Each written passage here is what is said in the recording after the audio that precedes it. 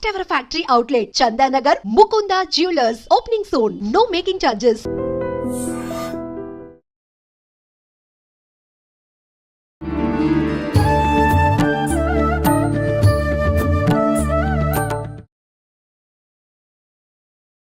నమస్కారం, welcome to I dream. ధర్మ మార్గం విత్ విజిత కార్యక్రమానికి స్వాగతం. ప్రస్తుతం మనతో పాటు ఉన్నారు ప్రముఖ ఆధ్యాత్మికవేత్త అనుపమ అడూప. ఇప్పుడు వారితో మాట్లాడి మరిన్ని విషయాలు తెలుసుకునే ప్రయత్నం చేద్దాం. నమస్కారం అండి. నమస్తే అండి.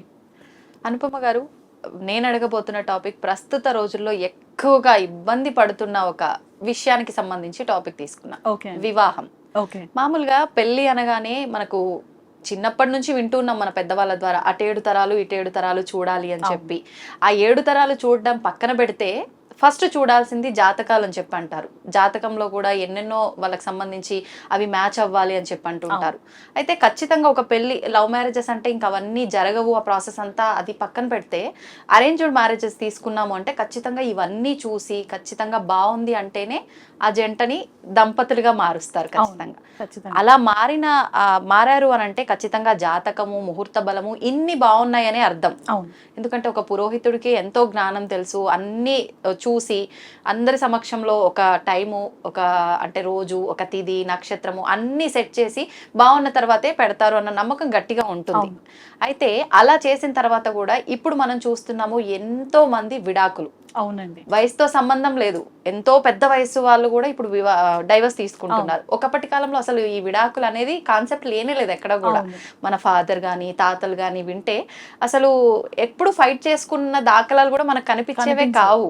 ఎందుకు ఇప్పుడు ఈ వివాహ వ్యవస్థ ఇలా అయిపోతుంది అంటారంటే ముహూర్తాలు కరెక్ట్ గా పెట్టలేకపోవడమా, లేదు అంటే అవి అన్ని కరెక్ట్ గా చూడాల్సినవి చూడకపోవడమా, అసలు ఎక్కడ జరుగుతుంది అంటారు లోపం? ఫస్ట్ మనము చూసుకున్నట్లయితే జాతకం కాన్సెప్ట్ కొద్దిగా సైడ్ ట్రాక్ చేసుకుంటే గనక ప్రజెంట్ సిచ్యువేషన్స్లో ఎలా అయిపోయిందంటే ఆడ మగాకి భేదం లేకుండా అయిపోయింది. ఆడవాళ్ళు కూడా మగవాళ్ళకి ఈక్వల్ గానే లేదా వాళ్ళకంటే ఎక్కువ స్థాయిలోనే వాళ్ళు ఎర్నింగ్స్ వచ్చేసాయి. సో ఎర్నింగ్స్ వచ్చేసినప్పుడు ఇండివిజువాలిటీ ఎక్కువైపోయింది. ఇండివిజువాలిటీ ఎక్కువైపోయినప్పుడు కాంప్రమైజింగ్ అనే కాన్సెప్ట్ ఉండదండి రిలేషన్షిప్ లో. ఈ మ్యారేజ్ కాన్సెప్ట్ ఏంటి అంటే ఇది మనకి పేరెంట్స్ ని మనం చూస్ చేసుకోకుండానే మనం ఒక తల్లి గర్భంలో పుట్టాలనేది అది దైవ నిర్ణయంగా మనం కన్సిడర్ చేసుకుంటూ ఉంటాం. కానీ మ్యారేజ్ కాన్సెప్ట్ వచ్చేసరికి ఏంటంటే ఒక మెచ్యూరిటీ ఏజ్ వచ్చిన తర్వాత ఇంకొక పర్సన్ ని మనం వివాహం చేసుకోవడం అంటే ఇక్కడ కొద్దిపాటిగా మనకి చాయిసెస్ ఉంటాయి. ఆ చాయిస్ లో కూడా కొన్నిసార్లు మనం ఏంటంటే కరెక్ట్ ప్లానింగ్ చేసుకోకుండా కూడా ఇబ్బంది పడే పరిస్థితులు కూడా కనిపిస్తున్నాయి.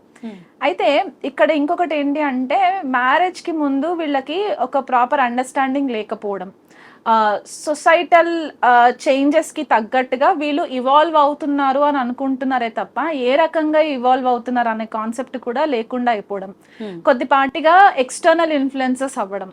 అంటే ఇప్పుడు వెస్టర్న్ కంట్రీస్ ని చూసి ఇన్ఫ్లుయెన్స్ అయిపోవడం.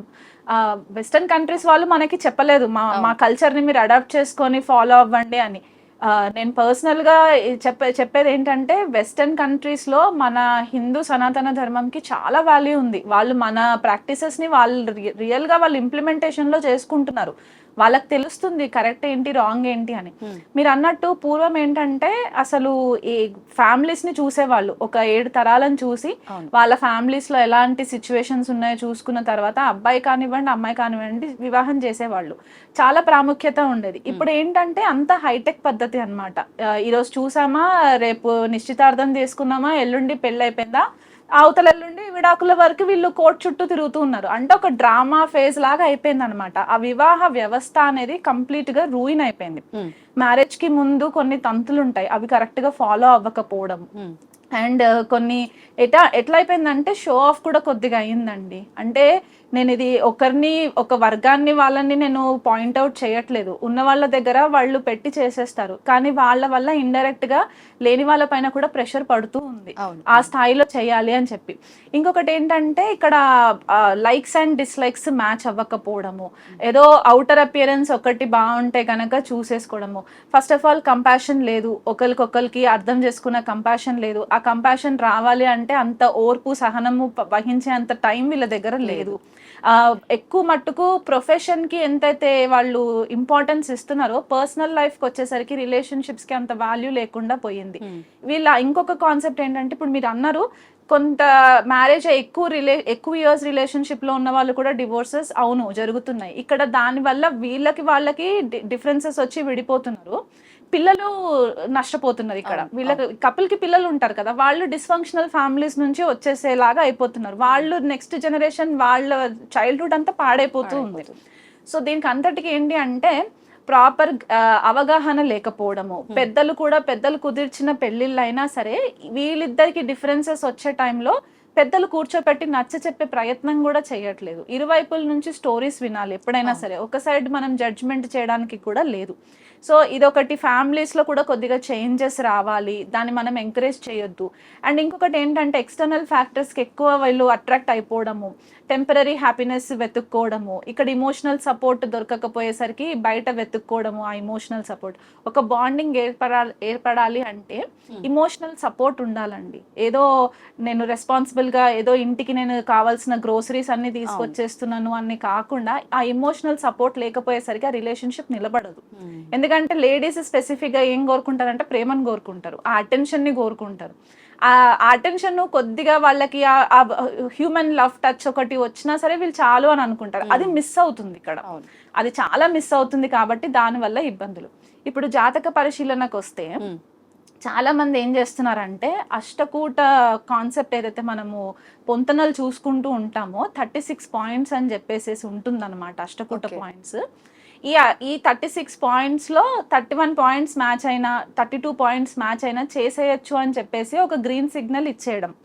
ఇప్పుడు ఇక్కడ డెప్త్ లో పరిశీలన చేయకపోవడం, ఇద్దరు జాతకాలు అబ్బాయిది అమ్మాయిది జాతకాలు వచ్చినప్పుడు వాళ్ళిద్దరు జాతకాలు ప్రాపర్ గా అనాలిసిస్ చేయకపోవడం, దానివల్ల కూడా కొద్దిపాటిగా ఇబ్బందులు అనేది కనిపిస్తున్నాయి.